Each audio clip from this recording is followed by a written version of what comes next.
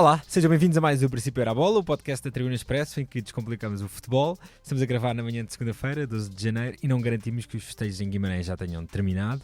O Vitória ganhou a Taça da Liga numa final contra o seu maior rival, que já deu o estatuto de herói a Luís Pinto Nedói ou Charles. Eu sou o Pedro Barato e para analisar o encontro de Leiria e ainda o final da primeira volta, o clássico que haverá na quarta-feira e a CAN, tenho comigo o Rui Malheiro. Olá, Rui. Viva Pedro, viva Tomás, cumprimentos a todos que nos ouvem. E o Tomás da Cunha. Olá, Rui e Pedro, um grande abraço a todos.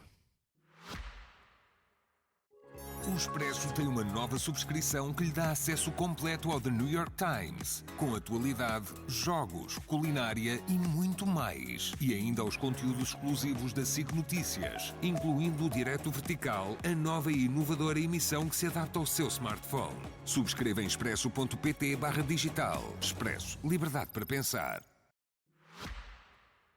Tal como no Dragão, nos quartos de final e diante do Sporting, na antecâmara da partida decisiva, o Vitória, em Leiria, começou a final a perder, mas conseguiu dar a volta.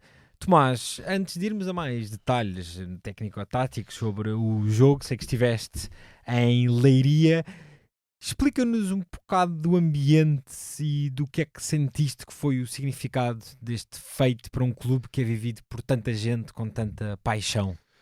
Olha, 45 minutos, 40 minutos do jogo dentro do estádio, e embora ainda não estivesse propriamente lotado, longe disso, já havia gente aos saltos, muitos assobios num nível poucas vezes visto em Portugal, mesmo até em clássicos de Luz, Dragão, Alvalade. Portanto, acho que foi realmente um jogo especial, vivido pelas duas massas adeptas, e de facto, se o estádio pudesse ser um pouco maior, acredito que tivesse mais gente, quer do Braga, quer do Vitória, e havendo maioria do Vitória e um ambiente espetacular proporcionado pelos adeptos do Vitória, sobretudo na parte final e nos festejos do título, também houve um grande apoio do Braga, talvez no sentimento de inferioridade numérica no estádio, para tentar apoiar também a equipa. Portanto, acho que foi de facto um clima único na primeira final entre estes dois rivais do Minho, no futebol português naturalmente, e nesse sentido acho que este jogo vai ter um lugar muito especial, não só pelo ambiente, mesmo pela qualidade do jogo, pela imprevisibilidade do jogo, pelos acontecimentos, porque não sabemos o vencedor até à ponta final, houve uma reviravolta, o Charles, que nem fez uma boa primeira parte, há que dizê-lo, esteve um bocadinho aos papéis, acaba como herói, a mesma coisa com o Ndói. Portanto, juntando todos estes fatores, a narrativa, a rivalidade, o ambiente, tudo o que aconteceu, os heróis improváveis, temos de facto um jogo muito especial e um dos melhores que assisti ao vivo no futebol português, de longe. Sim, eu posso confessar que há bocado na redação estava a falar com a Lídia e com o Francisco. Será das finais mais significativas, certamente, do século XXI. Há aqui quase um toque quase de final Boca River da Libertadores, como a grande final. Em Leiria como Madrid. Exato, entre dois grandes rivais, que terá grandes consequências para o futuro e que será certamente lembrada por muito tempo. Rui, indo aqui ao jogo, o Tomás já referiu aqui um pouquinho que de facto as coisas mudaram da primeira para a segunda parte. Ficou um bocado a sensação que na primeira parte o Braga até terá desperdiçado a oportunidade, não digo de ir com o jogo resolvido, mas mais bem encaminhado para o segundo tempo. Depois, o que é que mudou na segunda parte para o Vitória dar uma resposta tão diferente? Eu creio que o papel de Luís Pinto foi fundamental, ou seja, há uma dupla substituição aos 54 minutos, em que retirou o Diogo Sousa, que até, do meu ponto de vista, na primeira parte estava a ser um dos melhores elementos do Vitória, e sobretudo o Telmo Arcanjo, que esteve muito apagado, e com isso a entrada do Samu para a zona central do meio-campo e o Omar Camará para uma das alas, acabou por ajudar claramente numa primeira fase a equipa a crescer, tanto que logo a seguir faz o 1-1, mas depois também creio que aquela substituição aos 78 minutos, quando retira o Saviolo e o Nelson Oliveira para colocar o Gustavo Silva e o Nedói, que surge mais uma vez como herói desta final, é dele o 2-1, na sequência, curiosamente, um canto da direita marcado pelo Samu, acabaram por ser determinantes para o jogo, mas a verdade é que a primeira parte, principalmente os primeiros 30 minutos, foram claramente dominados pelo Sporting de Braga, uma pressão muito bem conseguida por parte do Sporting de Braga a dificultar muito as saídas do Vitória,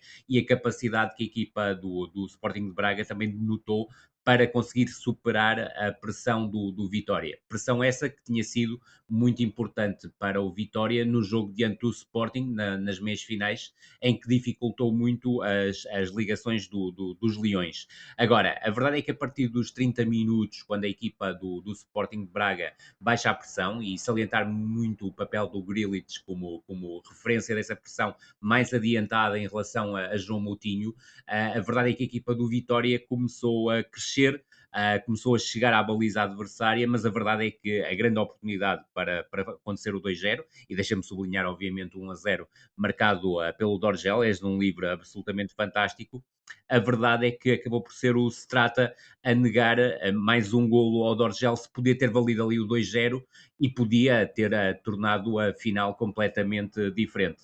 No início da segunda parte, volto a frisar, o Sporting de Braga volta a entrar melhor, mas eu creio que a questão das substituições acabou por ser determinante, ou seja, Luís Pinto acabou por superiorizar-se a partir do banco às substituições que o Carlos Vicens realizou, e a verdade é que a equipa do Vitória conseguiu consumar a reviravolta, curiosamente a terceira reviravolta, porque já tinha sido assim no Dragão, no jogo dos quartos de final, foi assim nas meias finais diante do Sporting, com 2 golos nos descontos, e aqui com 2 golos na segunda parte, sem necessidade de chegar aos descontos. Tomás, até por esta tendência que o Vitória tem para conseguir dar a volta, e muitas vezes nestes encontros com um claro dedo do treinador, é uma Final Four e uma Taça de Liga que projeta Luís Pinto para um estatuto importante. E o Vitória não deixa de ser impressionante até, mas em anos de pouco investimento tem conseguido coisas extraordinárias. Há aqui um paralelismo com 2012, 2013. Totalmente, e essa ligação com a equipa de Rui Vitória faz-se de forma muito natural. Falta talvez ao Vitória poder ter bases sólidas para lutar no campeonato pelo quarto, ou pelo menos para ser definitivamente o quinto clube do futebol português, o que nem sempre tem acontecido, mas é normal que quando se perca tantos titulares, época após época, o clube não tem conseguido manter e vive muito da forma como a formação tem aparecido no clube, formação, equipa B, jogadores muito jovens que sentem muito o clube, e isso também não deixa de ser algo significativo neste trajeto do Vitória na temporada, e em particular nesta Final Four, para conseguir encontrar armas competitivas. E o Vitória, no fundo quase em jeito Fênix, faz um trajeto absolutamente meritório, e o Luís Pinto, que até na pré-temporada, e lembro-me aqui nos primeiros episódios desta temporada, no princípio era a bola, falarmos disso, já era contestado o treinador. O Vitória portanto, arranca a Liga com uma derrota contundente no Dragão, e depois o segundo jogo em casa com o Estoril começam a perder. É uma primeira parte dificílima. Muitos assobios. E há assobios. Portanto, ali aos 20, 25 minutos do primeiro jogo deste Vitória em casa, há assobios. Depois o Vitória lá consegue dar a volta, mas isso mostra-nos também em que ponto é que a equipa estava, numa altura em que o descontentamento também ia muito virado para a direção, porque 7 dos 11 mais utilizados da época passada foram vendidos. Teve de fazer uma equipa nova, o Luís Pinto, e isso demora até encontrar os jogadores ideais para cada função, mas acima de tudo eu destacaria a personalidade do Luís Pinto. Primeiro, personalidade humana, porque não era um contexto nada fácil e se calhar podia perfeitamente atirar a toalha ao chão e nunca o fez. E depois a personalidade que deu à equipa, porque o Vitória é uma equipa de pressão alta, é uma equipa que tenta jogar a todo o campo, e em alguns momentos podia ser muito mais fácil fazer algo mais simples e que pudesse permitir à equipa ter outro tipo de segurança. Mas quando se fala de ADN, também é isto, tentar responder, por um lado, ao próprio desejo de ter uma equipa ambiciosa, mas por outro também à bancada, que não quer uma equipa do Vitória passiva. E mesmo contra o Sporting, mesmo contra o Braga, o Vitória foi pressionar muito alto e teve momentos de pressão alta que dificultaram muito a vida ao adversário. Depois, dentro da lógica dos heróis improváveis, tivemos o Charles, que nem sempre foi titular na época. Aliás, pelo contrário, o Castilho era o guarda-redes mais utilizado. A mesma coisa com o Ndói, que não é o titular da equipa, e faz sentido, porque o Ndói é um avançado com algumas limitações, mas que dentro da área consegue oferecer este poder de fogo para substituir o Nelson Oliveira. E neste encontro da final, com alguma dose de felicidade, porque o impacto das substituições foi notório, mas antes há o golo, e o golo, juntamente com as substituições, permite que o Vitória se alavanque no jogo e passe a dominar durante cerca de 20-25 minutos o Sporting de Braga, porque finalmente o meio-campo teve uma lógica, com o Benny, que tem um estilo muito próprio, mas é um jogador fantástico na forma como guarda a bola e acalma a equipa, com o Gonçalo Nogueira mais baixo e não num posicionamento tão subido, é um jogador claramente de ligação na zona central, e o Samu, entre pressão, qualidade de jogo entre linhas e na forma como acelera o ataque por dentro, e depois bola parada, acaba por fazer totalmente a diferença. Mas isto tudo muito assente num espírito competitivo e de transcendência que o Vitória por vezes tem, mas que nem sempre tem. Às vezes é ao contrário. Este espírito joga se calhar contra a equipa, e isso em nenhum momento aconteceu. Rui, e se estávamos a falar de um treinador que sai valorizado, para o Carlos Vicente, que nas últimas semanas até vinha aqui numa trajetória ascendente, juntar esta derrota a uma primeira volta da Liga com demasiado poucos pontos, coloca aqui o Espanhol numa posição, não diria delicada, mas que se as próximas semanas não forem positivas, pode tornar-se uma posição um pouco delicada.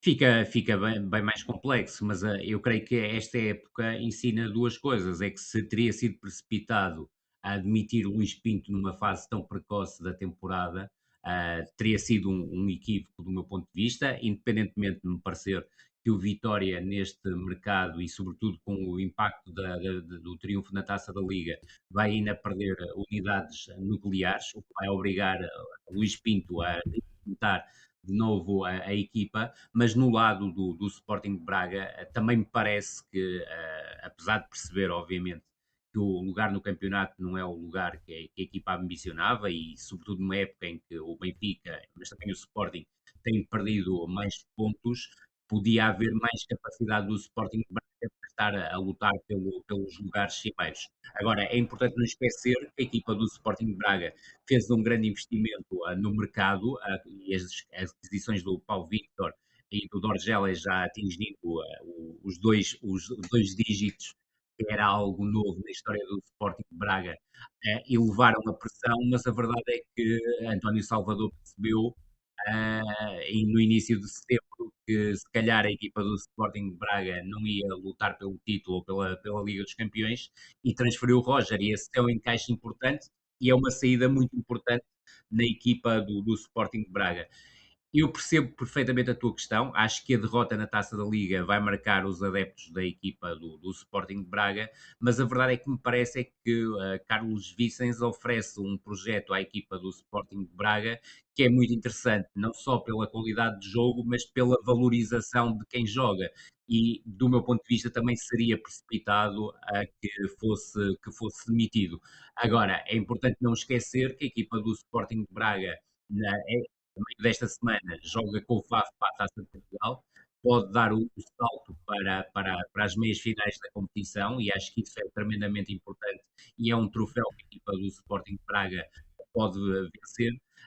Depois, juntar a isso a questão do campeonato, a proximidade ao quarto lugar é demasiado curta, e acredito que a equipa do Sporting de Braga vai conseguir encurtar essas diferenças, mas sobretudo aquilo que será a equipa na Liga Europa, ou seja, faltam 2 jogos para acabar a fase de qualificação, a fase de campeonato neste caso, e a equipa do Sporting de Braga creio que tem ambições legítimas a conseguir ficar nos 8 primeiros lugares, e se o conseguir, é sem dúvida um feito extraordinário para a equipa do Sporting de Braga.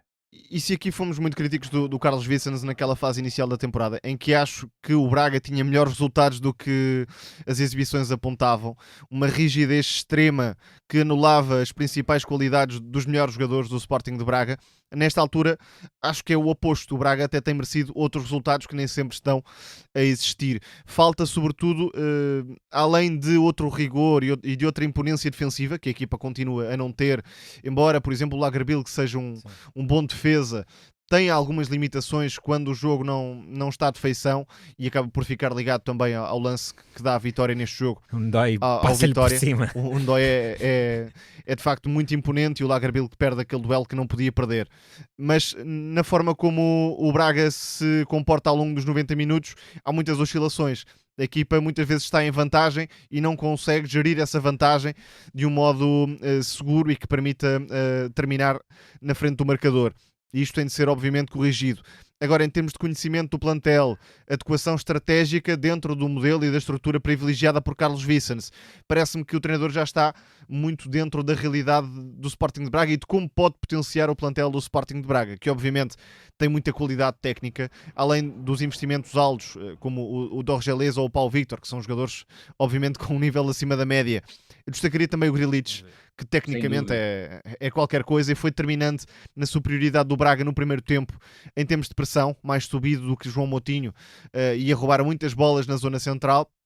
Estrategicamente, o Braga com essa pressão a 4, ou seja, em 4-4-2 muitas vezes, com as referências individuais do costume, conseguiu travar as subidas do Vitória e ofensivamente aproveitou muito o lado esquerdo, com Ricardo Horta a descair para esse corredor, muitas trocas entre o Salazar e o Dorgelês de flanco, que acabaram por permitir ao Braga inclinar-se bastante para o corredor esquerdo e a partir daí criar vantagens. Portanto, é uma equipa com qualidade técnica que sabe atrair para depois aproveitar o espaço, com uma dinâmica muito forte no último terço, dentro dessas trocas, Salazar, Dorgelês, Ricardo Horta, também com o Paulo Victor a combinar. Parece-me que faltam alguns perfis específicos dentro do plantel, porque embora tenha havido investimento, não há desde logo um ponta de lança marcador de golos. O Fran Navarro parece-me que fica a dever um pouco nesse papel. Falta um ou outro agitador, embora não tenha a certeza que o Carlos Vicens queira exatamente esse tipo de jogadores no plantel, pelo menos noutra quantidade, e o setor defensivo continua a ter algum espaço de melhoria, mas se no início da época deixava muitas dúvidas, agora parece-me que pode ser um treinador para manter, para dar tempo e esperar que de facto os resultados possam acompanhar este crescimento que o Braga tem tido ao longo da temporada. Finda a Taça da Liga, agora é tempo de Taça de Portugal, que, enfim, continua com uma calendarização peculiar. Já temos um semifinalista e só saberemos o elenco total dos semifinalistas em fevereiro, quando a Sporting receber o AFS. Na quarta-feira, depois já do Torriense ter batido o União de Leiria, já lá vamos, o FAF recebe o Braga e o Futebol Clube do Porto recebe o Benfica no Dragão. Os Dragões chegam ao encontro depois de selada, a primeira volta histórica. Aproveitaram a semana passada para estar uns dias em estágio no Algarve. Francesco Farioli está também já de contrato renovado. Para o Benfica, digo eu, que é aqui uma espécie de aroma quase a jogo da época, depois da queda na Taça da Liga, com uma situação no campeonato muito, muito complicada. É verdade que depois vem aí também a Liga dos Campeões, mas cair no Dragão significaria, a meio de janeiro, ter já a possibilidade de ganhar títulos com José Mourinho, visto que o Bruno Lage ainda ganhou a Supertaça, muito complicada. Rui, achas legítimo e correto dizer que José Mourinho tem aqui mais em jogo e mais em risco que Farioli? Sem dúvida, Pedro. A pressão está toda do lado do Benfica neste caso, até porque se tem percebido que o ataque ao mercado agora no inverno está claramente dependente daquilo que acontecer diante do Futebol Clube do Porto. Aliás, repara que a contratação dos extremos já há muito falada e os rostos já são conhecidos, André Luiz e Wesley, tem vindo a ser adiada e a verdade é que eu creio que isso passa muito por aquilo que será o resultado no Dragão. Ou seja, não vejo a equipa do Benfica, ou o clube neste caso, a avançar para uma aquisição de 15 milhões de euros pelo André Luiz se a equipa for eliminada diante do Futebol Clube do Porto. Para além de me parecer que 15 milhões, independentemente do Rio Ave estar a defender os seus interesses, é uma verba exagerada para um jogador como o André Luiz. Mas E há até notícias que apontam para os 20, o que parece de facto um pouco... certíssimo. Claro, é um caso que será naturalmente definido após o jogo de quarta-feira. Mesmo a questão do Rafa, que é uma novela que já começa a enjoar um bocado, porque estamos a levar com ela praticamente desde novembro, também passará obviamente por aí, e eu creio que o Benfica nunca irá contratar Rafa, ou seja, só aceitará a Rafa se for num negócio muito proveitoso para o Benfica, que poderá passar por um empréstimo, mas nunca implicará um investimento, porque também não me parece que faça grande sentido. Agora, o Benfica chega ao Dragão fragilizado, tal como disseste, cair na meia-final da Taça da Liga e da forma como caiu foi muito contundente, e do outro lado há uma equipa que vive, como escreveste muitíssimo bem no Expresso, no balanço da primeira volta, uma equipa que faz uma primeira volta de campeonato extraordinária, só comparável ao Benfica, que acabou o campeonato sem derrotas. O Futebol Clube Porto tem 16 vitórias e um empate no campeonato. Está a fazer uma boa prova europeia, independentemente de ter tido dificuldades, principalmente nos jogos de maior grau de dificuldade. Segue na Taça de Portugal pelo menos até aos quartos de final e terá aqui a hipótese de eliminar o seu arquirrival. E em termos da Taça da Liga, que admito que pudesse ser um objetivo para os adeptos até para conseguir em janeiro conquistar o primeiro troféu da temporada, falhou, mas permitiu ao Futebol Clube do Porto ter 2 semanas de descanso, praticamente, uma semana e meia, que envolveu um estágio esse que Sporting e Benfica acabaram por não fazer, apesar da eliminação na Taça da Liga de ambos ter permitido um microciclo semanal, que eu creio que também será importante, tanto para Benfica como para Sporting. Agora, o estado do Futebol Clube do Porto acaba por ser muito mais positivo, porque sai de uma vitória importante no campeonato, sai de uma primeira volta limpa. Agora, também é o reencontro do Futebol Clube do Porto com o Benfica, sabendo que o Benfica foi a única equipa que conseguiu pontuar no campeonato diante do Futebol Clube do Porto, e o jogo não creio que vá fugir muito daquilo que foi o jogo do campeonato, ou seja, um Futebol Clube do Porto mais dominador, um Benfica na expectativa. Acredito que procurará mais a baliza adversária, coisa que não aconteceu no jogo de campeonato no Dragão, porque é um jogo que ficará decidido no Dragão, seja em 90, seja em 120 minutos, seja no desempate por penaltis. Tomás, já há notícias que dão conta da possibilidade de António Silva regressar. Pergunto-te quão importante seria ter o central português para fazer dupla com Tomás Araújo. Caso não haja António Silva, o que é que alteraria na estratégia do José Mourinho? Em quem é que acreditas que o José Mourinho colocaria? E também, pegando até um bocado no que o Rui estava a dizer, o que é que se pode extrair do lado do Benfica, do encontro do campeonato para esta eliminatória? Sobre a questão dos centrais, parece-me que a presença de António Silva é realmente fundamental, por falta de opções, naturalmente. O Manu Silva pode jogar a central, mas idealmente numa linha de 3 e não numa linha de 4, e também não neste momento de recuperação do jogador, porque esteve um ano sem jogar, está a voltar. Seria um jogo de altíssima pressão e responsabilidade para o jogador, que até é mais médio nesta altura do que central. Mas até fazendo aqui uma provocação, se não houver António Silva, José Mourinho, que tem passado parte da época a falar na aposta na juventude e no Seixal, tem aqui uma oportunidade para concretizar sem ser só colocando jogadores ao minuto 90. Tem, e até pode ganhar um central, mas também pode acontecer o contrário. Portanto, não deixa de ser um cenário de muito risco para o Gonçalo Oliveira, que seria, à partida, o jogador chamado. Seria uma boa altura para ter feito com que Otamendi não jogasse tantos jogos e para não ser a estreia de Gonçalo Oliveira. Preparar a longo prazo esses cenários. O Gonçalo Oliveira é um jogador que pode ser útil em determinados cenários, e este é um deles. Um central duro, autoritário, que pode limpar a área, mas não sabemos se efetivamente terá o nível necessário para dar essas garantias. Achas que pode haver essa tentação para proteger com uma linha de 3, encaixando o Manu entre o Tomás e o Gonçalo?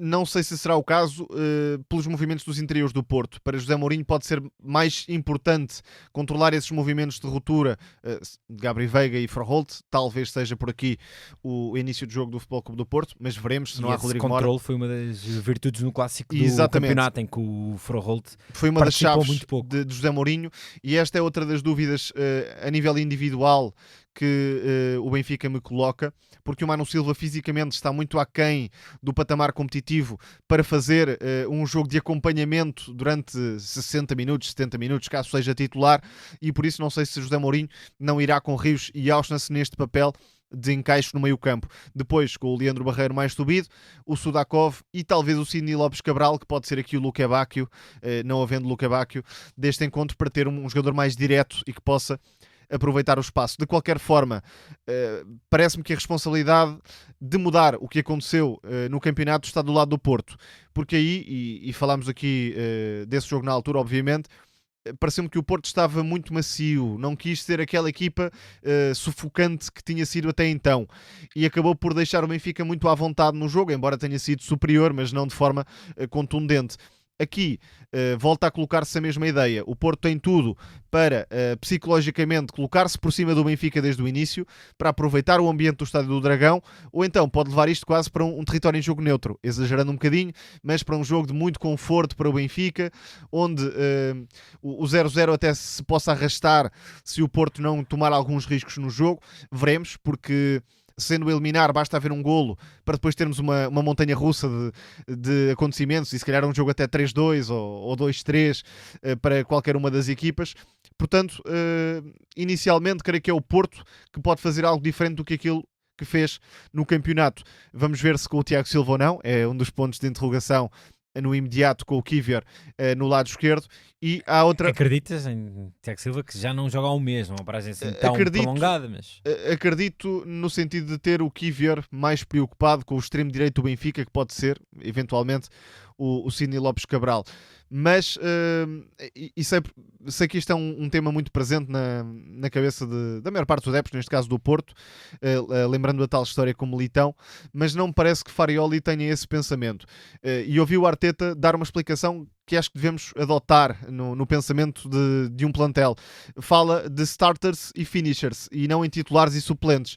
E isto parece-me interessante porque, com tantos jogos, tanta sequência de responsabilidades dentro do plantel, não deixa de haver uma hierarquia, entenda-se. Há jogadores mais importantes do que outros, mas ao domingo os titulares são estes, à quinta-feira, no caso do Porto, os titulares são outros. Parece-me que o Tiago Silva entra para este efeito de rotação, não propriamente para sentar este ou para sentar aquele. Rui, o José Mourinho chegou também para dar mais alguma capacidade ao Benfica neste tipo de encontros, e a verdade é que não estando a ter propriamente muitas derrotas nessas partidas de grande exigência, também ainda não conseguiu dar o passo em frente das vitórias. Vimos no campeonato com os empates de Braga, Sporting, Porto, na Liga dos Campeões, aí sim somam algumas derrotas. É também um momento para Mourinho tentar dar aqui o seu cunho e fazer com que a equipa dê um passo em frente num jogo que, mais do que uns quartos de final, é uma final para o Benfica. Sim, este é o teste mais importante para o José Mourinho, porque a verdade é que, sendo totalmente honesto, esta é a única prova que o Benfica pode conquistar esta temporada. O Benfica não vai ser campeão, quanto muito vai lutar pelo segundo lugar no campeonato, já perdeu a taça da Liga, e em termos da Liga dos Campeões poderá conseguir chegar ao play-off, mas não acredito que faça um trajeto retumbante, mesmo que passe o play-off. Aquilo que me parece, e tal como disseste e muito bem, em termos de campeonato nacional, o Benfica não se tem conseguido impor nos jogos de maior grau de dificuldade. Em termos de Liga dos Campeões, os últimos tempos ficaram marcados claramente por uma recuperação.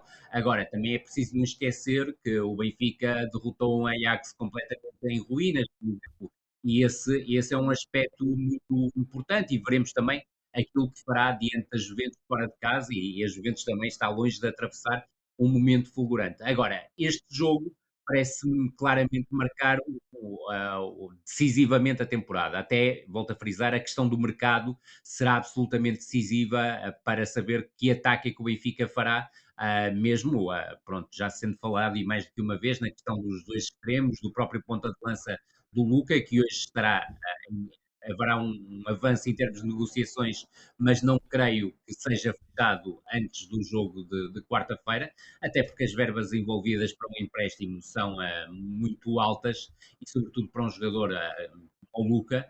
Agora, aquilo que me parece é que José Mourinho vai procurar fazer aquilo que fez no jogo do Dragão, anular a força do jogo interior do Futebol Clube do Porto. Eu até acredito que o Futebol Clube do Porto vai manter Pablo Rosário como médio mais defensivo, face àquilo que tem sido o rendimento de Pablo Rosário e do Alan Varela, principalmente no último mês e meio, mas os médios interiores do Futebol Clube do Porto têm um papel importantíssimo, e concordo inteiramente com o Tomás num ponto. Eu acho que o Manu Silva, neste momento, à semelhança, se quiseres, daquilo que acontece com o Tiago Silva, que será um jogador para fazer um jogo por semana, não para fazer dois. Eu creio que o Manu Silva terá dificuldades para fazer o jogo diante do Futebol Clube do Porto e diante do Rio Ave. E parece-me que neste momento está mais talhado para estar diante do Rio Ave. Isto porquê? Porque Austin pode juntar-se a Rios no meio campo. Parecem-me ser os dois jogadores, atendendo à lesão do Barreira Cheia, que, como já se está a perceber, não é tão fácil de superar como inicialmente foi dito. Aquilo que me parece é que Rios e Austin serão os médios centro da equipa do Benfica e que estarão atentos a Froholt e a Gabri Veiga ou Rodrigo Mora. Eu acredito que o Gabri Veiga será titular e isso vai permitir, porque não acredito que o Bresciani vá ser titular, a ideia do Cid Lopes Cabral como titular na equipa do Benfica e a jogar a partir do corredor direito. O Tomás teve uma imagem que eu acho que é muito conseguida, é fazer de Cid Lopes Cabral, se quisermos, aquilo que o Luque Bacchio fazia na equipa do Benfica antes de se lesionar. Agora, há uma questão, a equipa do Benfica cresceu, pouco, mas cresceu, a partir do momento em que o Bacchio se lesionou, porque passou a ser uma equipa muito mais coletiva e eu creio que a individual e sobretudo de um jogador que não tenha dimensão, se quisermos, do Luque Bacchio, em termos de experiência internacional, de experiência de grandes jogos, convida o Benfica mais uma vez a ser uma equipa que vai ter que combinar mais vezes e sobretudo colocar 4, 5 jogadores no corredor central para conseguir fazer aquilo que não fez na primeira volta no Dragão, que é conseguir chegar as zonas de finalização com alguma qualidade e colocar problemas a uma defesa que está, e sobretudo a uma organização defensiva fortíssima da equipa do Futebol Clube do Porto, porque basta vermos os jogos do Futebol Clube do Porto esta temporada, para além de ser difícil bater Diogo Costa, há um problema muito grande para as equipas adversárias, é o preenchimento que o Futebol Clube do Porto faz do corredor central, sabendo que a maior parte dos remates saem dali, e vê-se que as equipas com dificuldade em entrar na área buscam várias vezes remates fora da área e a maior parte deles são bloqueados, seja pelos médios centros, seja sobretudo pelos defesas centrais. E vamos ver se confirma essa abordagem ao mercado do Benfica, mas tornaria a equipa muito mais direta Sem do que dúvida. tem sido. Fazia marcha atrás, ia mais àquilo que víamos em novembro. Mas acima de tudo também passa a depender muito do rasgo individual, nomeadamente dos extremos, e falta perceber se são mesmo André Luiz e Wesley ou se há aqui algum tipo de diferença. Mas no caso do Lorenzo Luca, é um avançado para levantar a bola e esperar que o golo aconteça. Portanto, não Sendo seria... que José Mourinho já falou que faltava esse perfil, portanto, sim, não surpreende. A questão é o futuro do Benfica. A questão principal parece-me ser o futuro do Benfica, na medida em que até podem resolver um ou outro problema no imediato, mas o que é que sobrará para o futuro, até porque não sabemos neste momento exatamente se José Mourinho será o treinador do Benfica na próxima temporada. Em relação ao jogo, uma nota ainda, porque há um jogador que mudou muito, pelo menos tem deixado sinais nesse sentido, que é o Samu, que com o acompanhamento dos médios aos interiores mais uma vez pode ter espaço. Vamos ver se consegue dar continuidade ao que tem mostrado em termos de ligação e até individualmente a resolver problemas. Tomás, falando em futuro, começámos a falar de Tiago Silva, uma nota muito rápida para outro reforço do Porto, Oscar, deixo-te para ti dizer o apelido. Piatuszewski, segundo o meu instrutor de polaco que não existe. Fantástico. Não, sobre o jogador, parece-me que faz sentido. Desde logo pelo plantel do Porto, que tem muito espaço para um segundo jogador do lado esquerdo, contando com Borja Sainz como titular.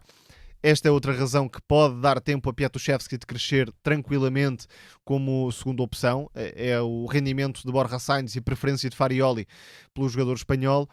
E depois a ligação polaca que o Porto vai construindo, tendo uma dupla de referência não só desportivamente, mas também em termos de peso no plantel, pelo menos por aquilo que se vê desde fora. E nesse sentido, contratar o Piatuszewski em jogada de antecipação parece-me certeiro e embora os valores possam parecer um pouco altos, e são, tendo em conta a diferença do futebol polaco para o Futebol Clube do Porto, mas é um jogador com margem de desenvolvimento e sobretudo com recursos individuais notáveis. Desde logo na mudança de velocidade, é muito explosivo nos primeiros metros, consegue assumir um contra um, quer em zonas um pouco mais distantes da baliza, quer no último terço e até fugindo para zonas interiores.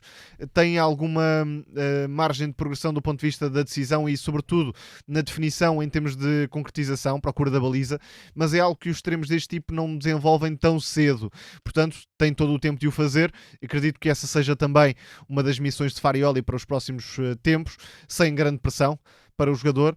E acima de tudo, sabendo que, ao contrário de Borja Sainz, que é mais um segundo avançado que um extremo de largura, o Piatuszewski pode fazer um pouco melhor esse papel de abre-latas que o Porto não tem exatamente naquele lado esquerdo. Para fecharmos o capítulo Taça de Portugal, e como já dissemos, além do FAF Braga, Porto, Benfica e Sporting AFS, este último encontro só em fevereiro, já tivemos o Torrense 3, União de Leiria 1, que leva a equipa de Torres Vedras para as meias finais da Taça da Liga, portanto uma equipa da segunda Liga. Tomás? Foi um jogo interessante, acima de tudo. Boa casa, pediam um relevado melhor, não é novo em Torres Vedras, mas pediam um relevado melhor. E acima de tudo com duas equipas que valorizaram a eliminatória. A grande figura foi o Kevin Zorri, o jogador do Torriense, quer a ligar, quer a atacar o espaço, a finalizar de diversas formas, acabou por fazer uma exibição monstruosa que mete o Torriense nas meias finais 70 anos depois, e por si só já é meritório. O Luís Tralhão está a começar o trabalho, portanto não temos ainda muito conhecimento sobre o que quererá para esta equipa do Torriense, mas além do Zorri contou com uma boa exibição do lado esquerdo, ofensivamente, até mais do que do Manuel Pozo, que habitualmente é a grande referência criativa desta equipa de Torres Vedras, mas o entendimento entre o Jean e o Ravi Vasquez, visível até no segundo golo, logo a abrir a segunda parte, acabou por ser um dos pontos de destaque. O Juan Munhoz é também outro dos pontas de lança que habitualmente vemos em melhor nível na segunda liga, até mais do que um ponta de lança, um avançado que trabalha muito bem fora da área, tecnicamente muito evoluído, mas também com poder de finalização. A União de Leiria acabou por cometer muitos erros no meio campo, desde logo no lance inicial de Kouassi, que acaba por comprometer a equipa, e não teve a devida reação na segunda parte, porque na primeira parte o Torrense baixou, acabou por se expor muito à igualdade, quase sempre. O perigo veio do lado esquerdo da União de Leiria, com o Maga, que acaba por assistir, o Pablo, e também com o Jordan van der Gaag, que é um jogador tecnicamente muito interessante de acompanhar também nesta equipa leiriense, mas vamos ver se o Torriense consegue sonhar, porque será a equipa que fica agora no meio do Lago dos Tubarões à partida. Vamos ver se o AFS e o FAF conseguem fazer uma gracinha, mas não há essa expectativa e portanto o Torriense tem tudo para ser o representante da segunda liga e fora das grandes potências do futebol português nesta meia-final. Por falar em futebol português, tivemos a primeira volta da Primeira Liga a ser concluída no domingo, com o Moreirense a impor-se por 1-0 ao Tondela e também um fantástico 3-3 no duelo Insular Internacional e Santa Clara. Rui, a equipa de Vasco Botelho da Costa, sei lá, aqui uma primeira volta fantástica, sobretudo em casa, acaba com os mesmos 27 pontos que o Braga, somente a 1 do Gil Vicente, e confirma que é de facto uma das, eu diria mais do que revelações, confirmações. O Moreirense tem feito constantemente boas épocas do nosso campeonato. Não, claramente uma confirmação. No entanto, obviamente, no léxico do futebol português, acaba por ser a segunda grande revelação da primeira volta. Obviamente, o Gil Vicente em quarto lugar acaba por ser extraordinário, mas o Moreirense em sexto lugar, com os mesmos pontos do Sporting de Braga e a 1 ponto do Gil Vicente, faz uma campanha absolutamente notável. Curiosamente, ontem, diante do Tondela, fez provavelmente uma das suas exibições mais pobres, mas já se começa a sentir o efeito do mercado de inverno. Sketini já não jogou, vai sair, vai para a China, vai regressar à China. Foi uma hipótese para o Luís Emílio Semedo ser titular. Ele, como joker, é um jogador que tem introduzido alguma coisa nesta equipa do Moreirense quando entra, mas houve, do meu ponto de vista, ali um problema, e eu não sei se terá a ver até com uma possível transferência do Diniz Pinto, que foi o recuo do Diogo Travassos para o lateral direito, o que para o Sporting acaba por ser mais interessante, mas a entrada do Cédric Teguiá para o corredor direito diminuiu a capacidade ofensiva da equipa do Moreirense. Destacar também que Afonso Assis e Rodrigo Alonso, que foram figuras secundárias na primeira volta, tiveram a oportunidade de jogar como titulares. Creio que, sobretudo, o Afonso Assis apareceu em vários momentos no jogo mais do que até o Rodrigo Alonso, que tinha feito um bom jogo na partida anterior, mas destacar que foi a bola parada que desbloqueou claramente o resultado, com o Maracás mais uma vez a ser determinante, enquanto a equipa do Tondela jogou claramente para empatar o jogo e procurar num contra-ataque chegar à vantagem, o que não conseguiu, e a verdade é que apenas arriscou a partir do momento em que esteve em desvantagem no marcador. Mas isto é muito o futebol de Cristiano Bacci, não há grande surpresa aqui, é assim também que ele consegue conquistar pontos, nem sempre é feliz, não foi neste jogo, mas eu creio que mesmo tendo sido uma das exibições mais pobres do Moreirense na primeira volta, acabar a mesma com 27 pontos num plantel que sofreu alterações, mas que teve sempre um rendimento muito constante, independentemente daquela fase em que não conseguiu ganhar jogos, mas quase todas as equipas, com exceção dos 3 primeiros, acabaram por passar por períodos do género, acaba por ser normal nesta equipa do Moreirense e, sobretudo, destacaram um aspecto que também me parece importante, é que depois desse tal período sem vitórias, foram 2 vitórias consecutivas e na próxima jornada em Alverca vai jogar para o 4º lugar, até porque não é uma jornada fácil para nenhuma das equipas e creio que pode ser uma oportunidade interessante, ainda que do outro lado esteja uma equipa que também acredito vai lutar claramente por vencer a partida, até porque a brincar, a equipa do Alverca tem 20 pontos e está no grupo de nonos classificados ao lado do Estoril e do Rio Ave, há apenas 3 pontos do Famalicão. E confirma-se que quer o Vasco Botelho da Costa, quer o Luís Pinto, são mesmo treinadores para terem em alta consideração, porque já vem numa sequência de trabalhos muito positiva. Sem dúvida, e reparar que para o Vasco Botelho da Costa foi uma mudança de equipa, para o Luís Pinto também foi uma mudança de equipa, adaptação a novas realidades e as ideias que ambos mostravam acabaram por se confirmar, quer ao serviço do Vitória, quer ao serviço do Moreirense. Já falámos disso aqui, se houve um tempo em que o caminho para os treinadores jovens e que vinham de baixo parecia bastante vedado, hoje em dia não é claramente o caso. O Vasco Botelho da Costa, recentemente bicampeão da Liga Revelação, bicampeão da Taça Revelação, campeão da Liga 3, Luís Pinto, campeão da Segunda Liga, agora campeão da Taça da Liga, portanto o futebol português conseguiu aqui criar claramente um caminho para este tipo de treinadores. E talvez possamos começar a exportar para as ligas de topo, o que não tem acontecido em grande quantidade. Não digo no imediato, mas seguindo esta trajetória em 3, 4, 5 anos, acredito que mais treinadores portugueses possam voltar às ligas de topo. E está a dar-te também um dado curioso, e creio que concordarás comigo, Tomás, que é a questão na segunda liga, tem havido como é norma vários despedimentos e a aposta não é num novo treinador fora da casa, é a aposta no treinador do Sub-23. Isso é um aspecto muito curioso que não aconteceu com tanta frequência nas temporadas anteriores, mas que nesta temporada aconteceu. Agora, não sei se em termos futuros o treinador principal não passa a ver o treinador de sub-23 como ameaça, o que pode acontecer.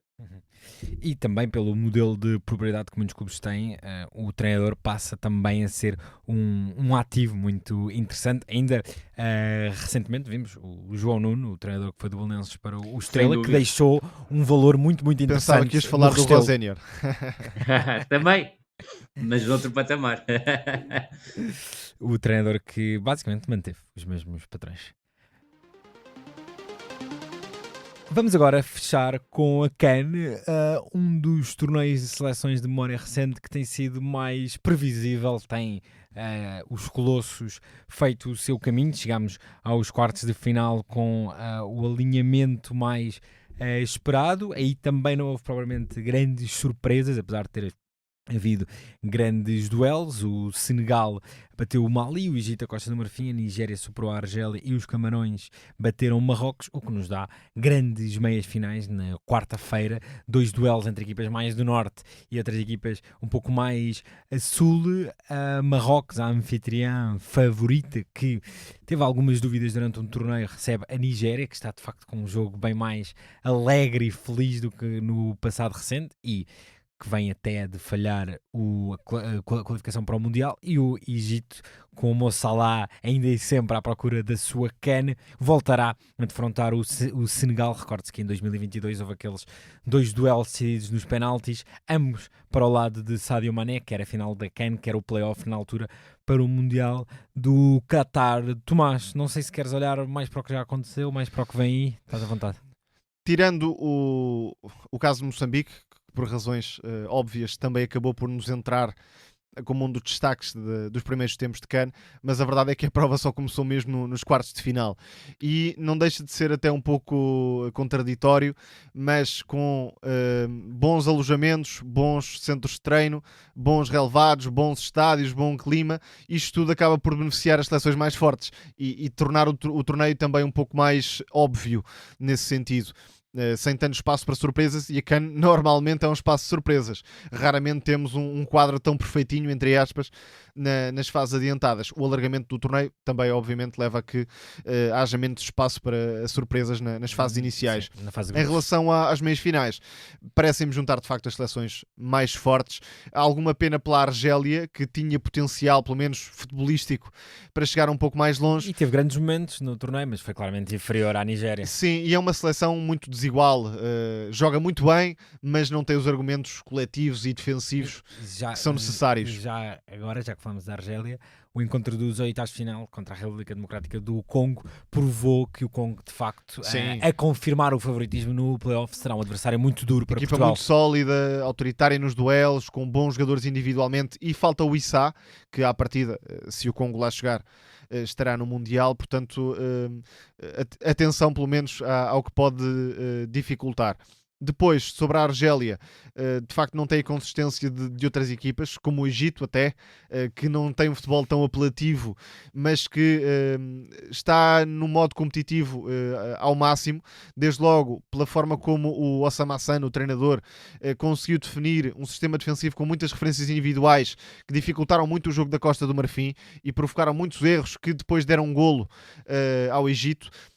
Dá muito conforto quer ao Marmoush, quer ao Salah, porque esta equipa não tem extremos, não tem mesmo, não é que não tenha em campo, não tem de todo, e portanto ter o Marmoush e o Salah como avançados em corredor central permite-lhes recuperar e procurar a baliza exatamente da forma como são mais fortes, e o Salah, pelo menos pela última exibição, vem crescendo. Vamos ver se consegue fazer história ao serviço do Egito. De resto, a Nigéria, mais do que taticamente, parece-me que tem um sentimento de raiva, de revolta, que está a ajudar muito a que a equipa possa transcender-se. Individualmente, sim, esse tridente é muito difícil de parar. O Osimhen, por razões óbvias, é um touro dentro da área. O Lookman, que está inspiradíssimo e é um criador como há poucos neste torneio. E o Akor Adams, que funciona como joker, é um avançado que procura os espaços vazios, tem também poder de finalização, está a fazer um belíssimo torneio. E o Alex Iwobi está também num grande quase nível. Num registro de Obi Mikel, mais do que daquele extremo que vimos na fase inicial da carreira. Portanto, temos o Marrocos-Nigéria, que é um jogo sensacional e que, sinceramente, tem um vencedor imprevisível. O Brahim Dias está também nesse patamar, ao nível de um Osimhen, ao nível de, por exemplo, um Iliman Ndiaye, que está também a fazer um grande torneio ao serviço do Senegal. Por isso, difícil de prever quem é que vai vencer. Este sentimento nigeriano joga um bocadinho a favor das Super Águias, mas Marrocos joga em casa e, portanto, pelo valor individual, pelas transformações que estão a ser feitas, desde logo o Amrabat perdeu o estatuto ao longo do torneio, porque o El Ainaoui está num nível fantástico, o Saibari está num nível fantástico também, com média interior de ruptura e de ataque à finalização, e o duelo El Kabi Osimhen é qualquer coisa de extraordinário. Fantástico. Camarões, E era importantíssimo o Brahim Dias estar a recuperar da lesão. Acredito que acontecerá, mas sobretudo também destacar na seleção de Marrocos a consistência do quarteto defensivo. Acho que volta a ser um quarteto defensivo, tal como tinha acontecido no Mundial, de elevadíssima qualidade. E com o Hakimi de volta, portanto, o lado Verdade. direito de Marrocos é Hakimi e Brahim Dias. Muitos clubes de topo dariam tudo para ter estes dois jogadores. Sim, e contra os Camarões eu não senti tanto isso, mas mesmo nos oitavos de final, eu tive ali um certo receio que Marrocos entrasse um pouco na lógica Brasil 2014 de muita pressão, muita exigência. Já agora há também protestos extra-campo, porque há uma parte da população que não concorda muito com estes investimentos no desporto. E jogou sempre em Rabat. Quando o país sofre algumas dificuldades. Por estranho que nos pareça, o Regragui é um selecionador que não é absolutamente consensual, portanto vamos ver se o facto de ser o anfitrião também não joga aqui um pouco contra Normalmente Marrocos. As equipas que têm este estatuto tão largo, favoritismo e jogam em casa, não conseguem levantar o título. Por exemplo, a Costa do Marfim, que venceu em casa, era um completo caos e venceu com alguma dose de fortuna, para sermos simpáticos. Durante a competição. Parece-me que o vencedor pode sair deste jogo. Claro que o Egito e o Senegal são obviamente fortíssimos e não seria capaz de os excluir da luta, mas Marrocos-Nigéria parece-me um jogo com um nível de drama que valerá a pena acompanhar. Acho que tem tudo para ser a final antecipada deste torneio. Vamos ver como é que Marrocos lida com as emoções, porque individualmente, e apesar desse trio de ataque nigeriano, tem mais do que a Nigéria, mas o sentimento de não é outsider, porque a Nigéria nunca será um outsider, mas estamos a falar de uma equipa que não vai ao Mundial, que tem tudo para aproveitar esta CAN para se redimir, e isto pode ser benéfico. No outro jogo, o Egito vai ser a equipa mais pragmática, como tem sido, e vamos ver se o talento ofensivo do Senegal, ao contrário da Costa do Marfim, fará a diferença, porque além do Ndiaye e do Sadio Mané, está também a haver um belíssimo torneio do Pape Gueye no meio campo, como médio que se aproxima mais da área e tem conseguido finalizar de belo efeito. Nigéria que tem Osimhen apenas 2 golos do mítico Yekini, né, como melhor marcador da história. E já houve um festejo à Canu também. Rui, notas sobre a CAN para terminar?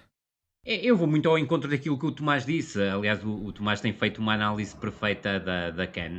Em relação aos jogos das meias finais, também estou de acordo. Creio que o Egito tem mais a perder do que o Senegal nesta meia final. Vai estar mais pressionado. Creio que o Senegal tem feito uma campanha muito interessante, mas o Egito, pronto, também tem a qualidade individual do Salah, e o Salah está a fazer claramente uma CAN em crescendo. Junto, obviamente, também a capacidade que o Achour tem mostrado, e juntamente com o Marmoush, também é um tridente forte na frente. Agora, do lado de Senegal, eu acho que o Senegal não tem tanta pressão para o jogo. Acredito que o Gueye vai ser uma peça essencial ali na zona do meio campo, e depois, do ponto de vista ofensivo, até mais que o Sadio Mané, que tem também um bocado a presença, e se quisermos uma analogia com o Salah na seleção do Egito, eu creio que o Ndiaye pode ser o jogador mais desequilibrador, atendendo também ao facto do Senegal, aliás do Egito, jogar quase sempre com 3 defesas centrais, e isso pode abrir espaço quer para o Ndiaye, quer para o Mané, estabelecerem desequilíbrios. Em relação a Marrocos, era um bocadinho aquilo que eu dizia há bocado, e vocês estavam a falar e muitíssimo bem sobre isso. Eu creio que o facto de ser a equipa da casa tem um certo lado, que é um lado importante, porque tem mais público claramente a apoiar, mas isso pode ter um lado contraditório, tal como disseste, e muito bem, ao contrário do que muita gente pensa, porque tem-se feito trabalhos excepcionais. A verdade é que o Regragui está longe de ser uma unanimidade para os adeptos. Agora, a consistência do setor defensivo de Marrocos, juntando depois Sabari, que está a fazer uma competição impressionante, e é um jogador que tem capacidade para chegar às zonas de finalização. Os desequilíbrios do Eze e do Brahim Dias, principalmente o Brahim Dias a partir dos corredores laterais, tornam a equipa muito forte. Agora, do outro lado... Bola parada também. E bola parada, exatamente. E do outro lado, é aquela questão que há pouco referia, que é um tridente explosivo, e sobretudo juntar um ponto que eu creio que o Tomás referenciou, que foi a questão da Nigéria não vai estar no Campeonato do Mundo, e vencer a CAN acaba por ser algo extraordinário, e que, de certa forma, apagará o facto da Nigéria não estar no Campeonato do Mundo. E vale a pena salientar, porque é um registro até surpreendente para quem possa não estar a par. Marrocos só venceu uma CAN na história, ao contrário da maior parte das seleções de topo em África, só tem uma CAN. E já foi em 76, portanto a responsabilidade de vencer este torneio em casa na melhor fase da história é grande. E foi assim então mais um No Princípio Era a Bola, com sonoplastia de Tomás Delfim. Obrigado Tomás da Cunha, obrigado Rui Malheiro e obrigado também a quem nos acompanhou. Um abraço. Muito obrigado, grande abraço.